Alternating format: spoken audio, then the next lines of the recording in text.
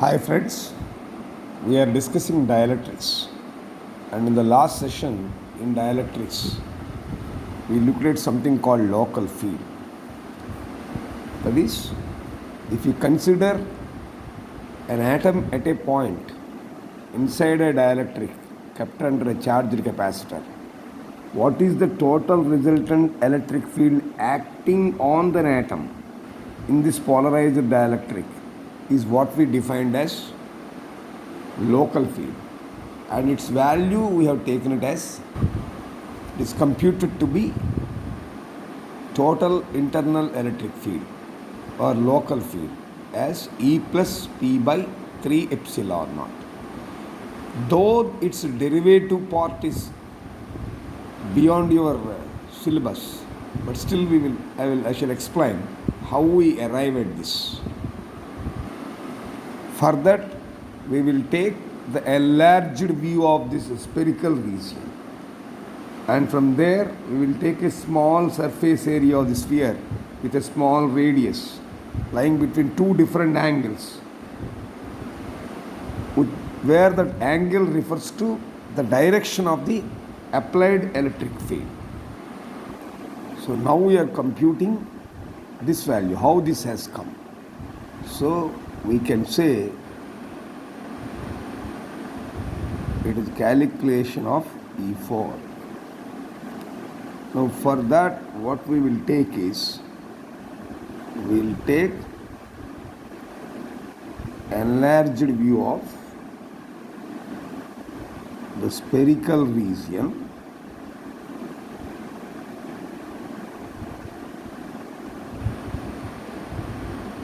where we will consider small surface area, let us say dA.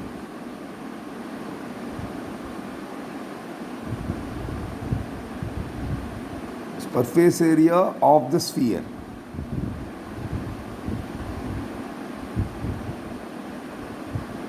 with the radius r. Now this lies between theta and theta plus d theta. Here theta refers to angle which is nothing but direction with reference to direction of the applied field. That is what we are trying to do. We will take that local field spherical region in an enlarged view.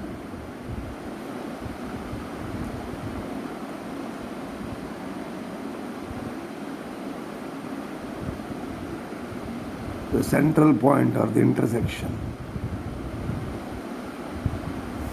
At this point we are assuming the atom is kept.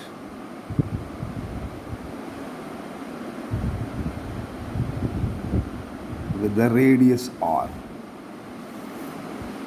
Okay. Now we are taking a small strip out of this.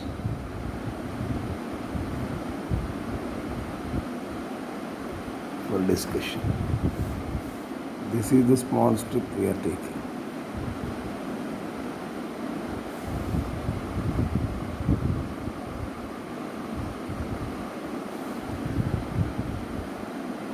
Now this is what we call as a small area dA. So therefore it will have a small charge dQ.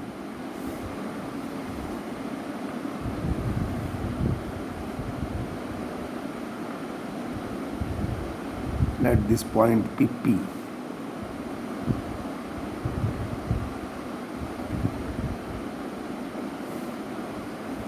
Now charge is uniformly distributed.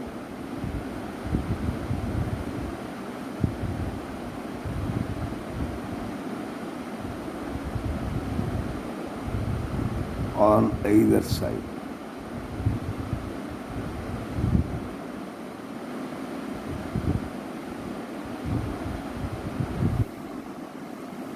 Let this point be R.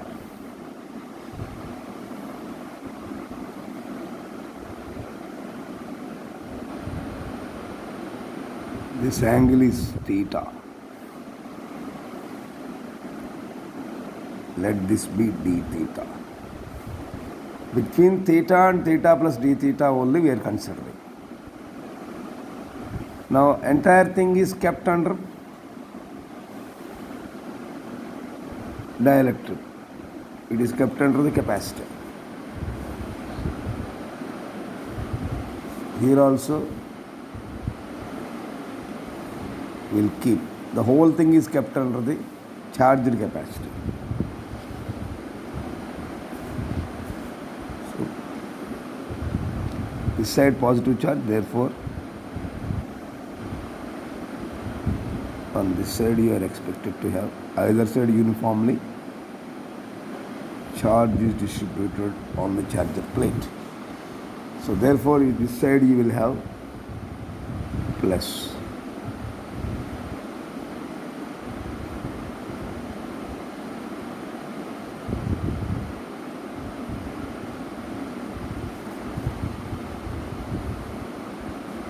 So what are these two?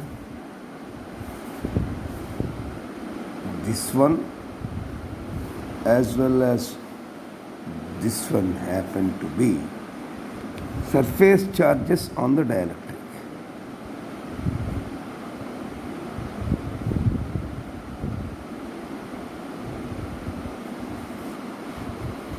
Okay.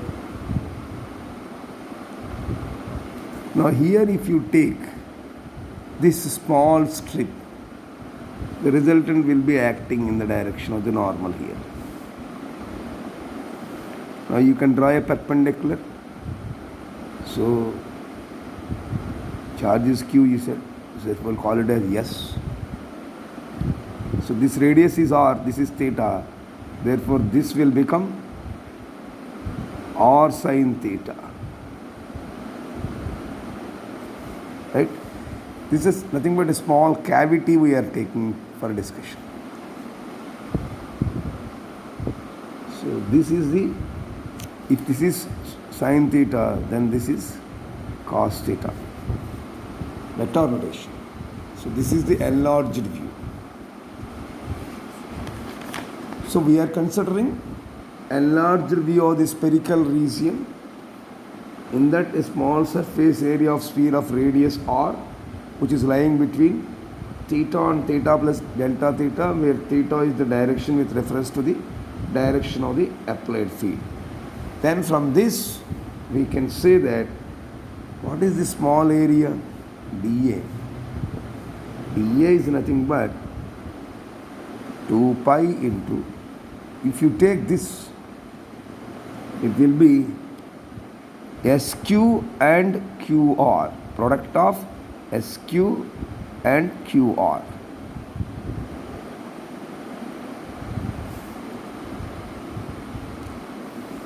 But from the picture, what is sin theta? Sin theta is SQ by R. So from this, you can say SQ is equal to cross multiply this R sin theta. And what is d theta? Theta is d theta is QR by R. So from there you can say QR is equal to RD theta. Now QR is equal to RD theta and SQ equal to R sin theta. These two if you substitute here, then your dA will be 2 pi R sin theta RD theta.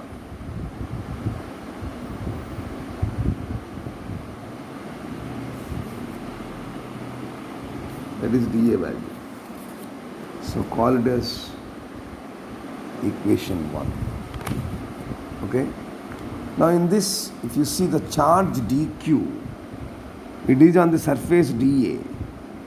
and it is equal to product of normal to the component of polarization and surface area. That means multiplication of surface area by the normal component of polarization gives you the charge dq here.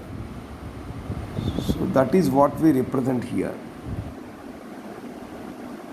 Now the charge dq on the surface dA is equal to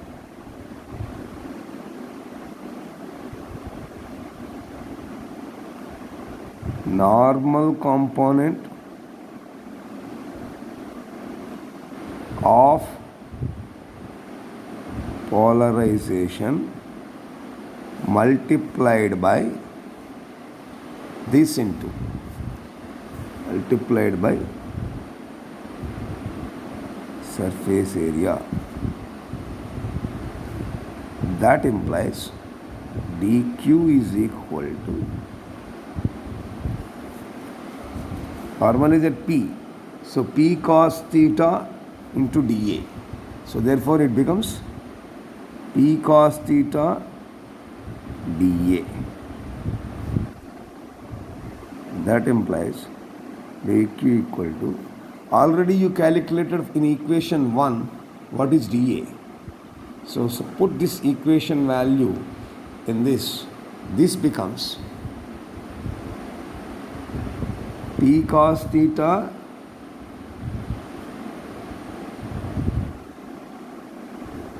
into 2 pi r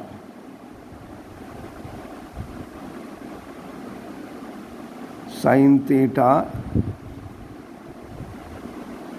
d theta or d theta.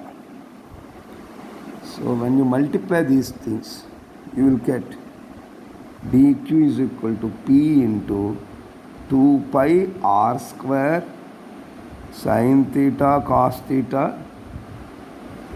d theta,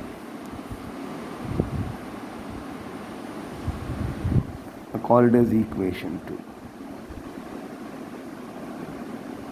Now remember, in our approach, when we look at the enlarged view, the field due to this charge is denoted by E4. Na? So therefore small area you are taking. So what does this E4 basically mean? If you see the previous diagram, this is E4. E4 we have to understand what as what? It is the field due to the surface charge on the spherical region. So therefore when you look at this enlarged view, this field due to surface charges is E4. In that we are taking only small strip. Therefore it is a small part of E4, that I will call it as DE4. So therefore everything we are taking only small strip now. Why we are taking small strip? Very simple. I want to calculate the total field. I will take a small area, calculate that and then integrate it. Very simple. In that method, because I am taking the charge dq and the area as dA, therefore the field also will be dE4 I am taking. So therefore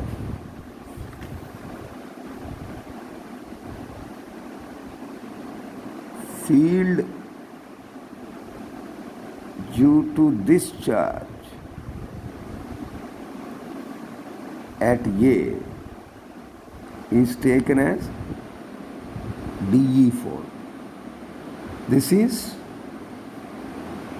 in the direction of the electric field. This is obtained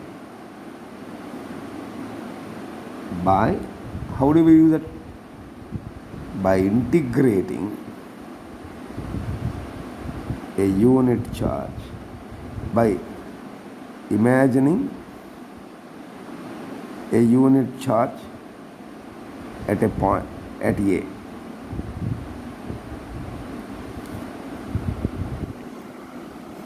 By By assuming a unit charge at A, we can calculate the surface charge in the spherical region at a small area dA. So therefore, how do I get it? Unit charge I am imagining. Therefore, dE4 will be dQ into unit charge into cos of the angle divided by 4 pi epsilon naught r square. So this is equation 3. Now already we calculated dq value in equation 2. So we will substitute from equation 2 the value of dq in equation 3 here. So what we will get? We will get, these are equations 3 and 4. So we will substitute the value of dq, this value here in this expression. So this gives dE4 dash, I'll readjust this, T cos theta 2 pi r square sin theta d theta cos theta divided by 4 pi epsilon naught r square. You have cos theta and cos theta, cos square theta. P is as it is. 2 pi r square as this.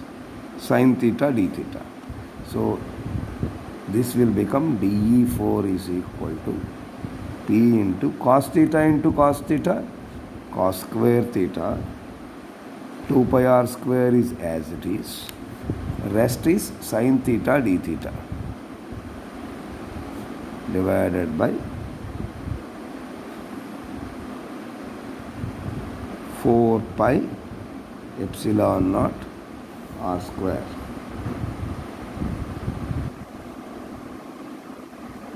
Okay. So if you see, this will be going 2 times. So dE4 is equal to P by 2 epsilon naught, I will take it out.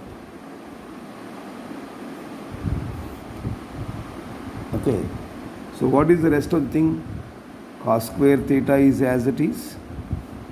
And then rest is sin theta d theta. Now you want, this is dE4 for a small strip, but you want for the whole spherical region. E4 you want from dE4. So we will differentiate that. Whatever that is differentiated here, small dE4 we got. Now for the whole region, how we will get it? So from dE4, if we want to get E4, we have to integrate the same. So whatever differentiation part we got, by integrating it, you will have E4. So from this you can say total field E4 due to charges on the surface of the entire cavity, we have taken only small portion, is you have to integrate this, is obtained by integral dE4. So therefore, by integrating this equation or this expression, what we will get? That implies integral dE4 is equal to the entire expression on right hand side of this is to be integrated by taking the constant out. So I am taking P by 2 epsilon naught outside the integral, and between 0 to pi we will integrate this for that cavity. So therefore integral dE4 is equal to P by 2 epsilon naught into integral cos square theta sin theta d theta between 0 to pi. Because in that half only we are taking. For this half only we are taking. So therefore each is a cavity. In this cavity it becomes 0 to pi for this. So between the limits of 0 to pi I am integrating the whole expression. Therefore I am taking this part constant outside the integral and rest is integrated between 0 to pi, which gives you this value. Now this is, from here physical approach is over, it's only a mathematical approach. So p by 2 epsilon naught into integral 0 to pi of cos square theta into sin theta d theta. It is nothing but you can write as d into minus cos theta.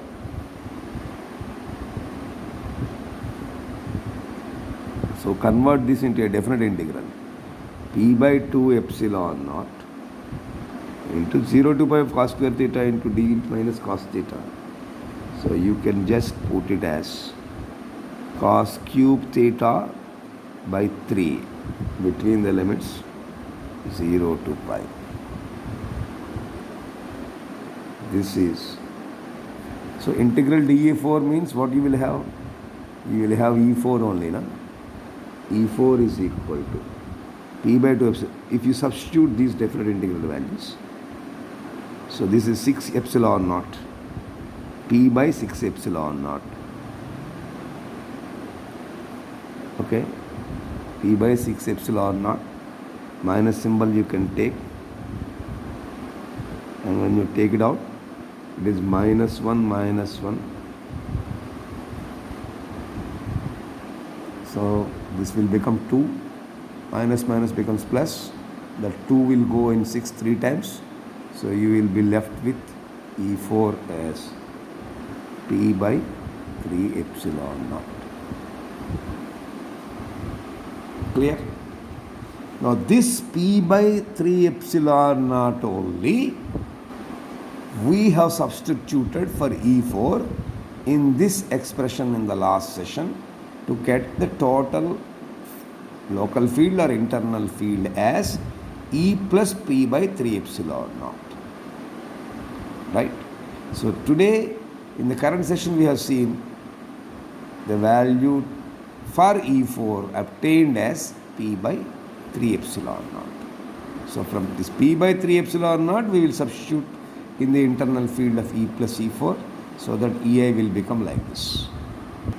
Therefore, this E4 we have calculated. Since internal field is equal to E plus E4, we can conclude that EI is equal to E plus P by 3 epsilon naught. This is the relation that represents the local field at a point A inside the diameter. Generally in the university examination you will not have any question about the derivative part of this discussion, but it is better for you to know that this is how the value is arrived at. This is about calculating the value of surface charges, field due to surface charges of the spherical region, that is the E4 value in local field. So based on this, we will try to obtain the relation between the dielectric constant and the polarizability of a polarized dielectric. Dielectric constant means epsilon r. So the next step is dielectric constant will take epsilon r. For this epsilon r and the polarizability of the polarized dielectric alpha, how alpha is related to epsilon r will be understood from this discussion in the next session, what we call it as Clausius-Mossetti relation or Clausius-Mossetti equation. So we have to consider a polarized dielectric with a local field, then we will find out the induced dipole moment, and from there we will proceed to find the relation between polarizability of the dielectric and the dielectric constant in that equation. So that is the next discussion we are going to take, right? Now we shall understand the relation between dielectric constant and the polarizability of a polarized dielectric. It is also known as Clausius-Mossetti equation. That means, as I told you earlier, I want to find out the relation between dielectric constant epsilon r and the polarizability, that is called alpha. What is the relation between alpha and epsilon r is the discussion, and that relation is what is termed as Clausius-Mossetti equation or Clausius-Mossetti relation, right? To derive this relation, now we have to consider a polarized dielectric in which a local field EI is acting. So when the local field is acting, then what is the induced dipole moment? This induced dipole moment mu is always proportional to the local field, right? So from this we can say mu is equal to constant into EI. That constant is what we call as polarizability. Okay, let us call this as equation.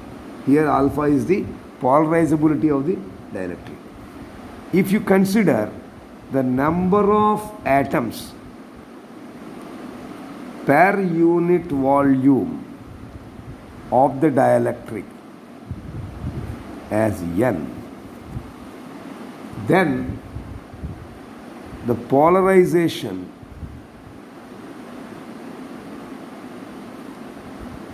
P is equal to n mu, right? So call it as equation 2. So mu is equal to alpha EI, P is equal to n mu. You substitute a mu value. This implies P is equal to n alpha EI. Call it as equation 3. Right? But what is EI? But EI is equal to E plus P by 3 epsilon naught. Just now we have derived. So call it as equation 4. Now substitute equation 4 and equation 3. So n alpha EI becomes n alpha into E plus P by 3 epsilon naught. So expand this. Then this will become P is equal to n alpha E plus n alpha P by 3 epsilon naught. Right? Now you bring this term to left side. So this will become P into 1 minus L lambda by 3 epsilon naught is equal to n alpha E. I am only keeping the first term on the right hand side here, and the second term on the right hand side is pushed to the left side and common thing is taken out. So from there P is equal to n alpha E divided by 1 minus n alpha by 3 epsilon naught. Right? But what is P? P is equal to epsilon E into epsilon r minus 1. So you substitute this value here. So therefore, epsilon E into epsilon r minus 1, this P value is equal to, right side, n alpha E by 1 minus n alpha by 3 epsilon naught. This is the value we got. Now cross multiply. Take this to the left side, bring it to this side. Now this will become 1 minus n alpha by 3 epsilon naught is equal to n alpha E by epsilon E into epsilon r minus 1. Keep only 1, push this to this side.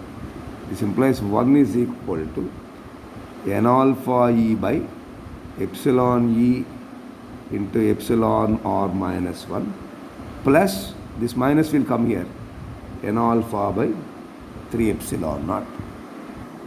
In this expression, take out the common thing in the right hand side as n alpha by 3 epsilon naught if you take it out. So what is left over, you tell. This is 3 by epsilon r minus 1 plus 1. Keep this only here, rest you send to that side. That implies n alpha by 3 epsilon naught is equal to 1 divided by 3 by epsilon r minus 1 plus 1.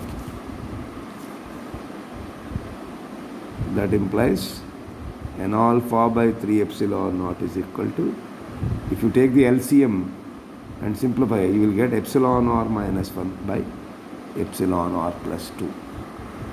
Now this is the relation between dielectric constant epsilon r and polarizability alpha. This is what is known as Clausius-Mossetti relation or Clausius-Mossetti equation. It is a very simple mathematical process. So you can understand that by just doing yourself once. Only thing is, it's a simple mathematical approach. There is nothing much physics involved in this. So you need to practice this, because from the university angle, this is an important question. So you will have a question asking you to derive this relation or asking you to give Clausius-Mossetti equation. So this is how it is to be arrived. So based on this, we shall see in the next session what is the frequency dependence of polarizability, followed by the ferroelectric constant. With that, we will be able to finish off the dielectric constant. So you can have a general look about the entire derivation. So induced polarized movement is proportional to the local field. From there we got the polarizability by taking the number of atoms per unit volume as n. P will become nu, but P is equal to n alpha EI. So from EI value we have substituted mu value, we substituted here, therefore it becomes n alpha EI. Now EI, this is the basic equation on which we further mathematically elaborated the process. So we substitute the value and then expanded that and then pushed this value to the left side and rest to the right side. From there it's only P value we calculated, and P value we know, and that we have substituted here, and thereafter it's a mathematical approach, simple mathematical approach of manipulating the value to arrive at the relation of between dielectric constant ER and the polarizability alpha. So I am just keeping this as it is for you to understand the steps very simply. So hope you are clear about this. So it's a mathematical drama, simple mathematical approach. Ultimately we have to arrive at this equation. So here if you see,